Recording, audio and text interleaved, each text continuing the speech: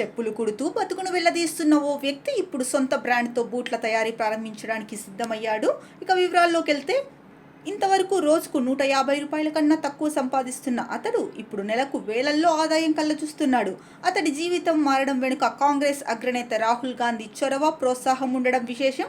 ఉత్తరప్రదేశ్లోని సుల్తాన్పూర్కు చెందిన 60 ఏళ్ల రామ్ చేత్ అనే వ్యక్తి ఓ చిన్న కొట్టు పెట్టుకొని చెప్పులు కుట్టేవాడు. గతేడాది రాహుల్ యూపీకి వెళ్ళినప్పుడు రామ్ చేత్ కొట్టు వద్ద అతన్ని కలిశారు. చెప్పుల తయారీలో అతడి నైపుణ్యాన్ని ప్రశంసించారు. ఈ ఏడాది ఫిబ్రవరిలో రామ్ చేత్ను ఢిల్లీలోని 10 జన్పథ్కు రాహుల్ ఆహ్వానించాడు. అక్కడ తాను తయారు చేసిన చెప్పులను సోనియా గాంధీ, ప్రియాంక గాంధీలకు రామ్ చేత్ బహూకరించారు. ఇటీవల రామ్ చేత్ను ముంబైకి రప్పించిన రాహుల్ గాంధీ లెదర్ రంగంలో రాణిస్తున్న ప్రముఖ వ్యాపారవేత్త, చమర్ డిజైనింగ్ స్టూడియో అధినేత సుధీర్ రాజ్భర్కు అతన్ని పరిచయం చేశారు. ఆ సమావేశం రామ్ చేత్ జీవితాన్ని మలుపు తిప్పింది.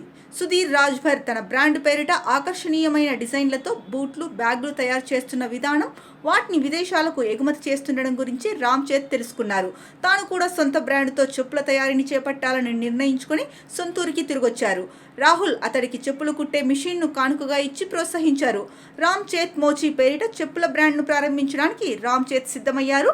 3 చర్మకారులకు ఉపాధి కల్పిస్తున్నారు. తనకు కొండంత అంటగా నిలిచి చేయూతనిచ్చిన రాహుల్ గాంధీకి ఆయన కృతజ్ఞతలు చెబుతున్నారు.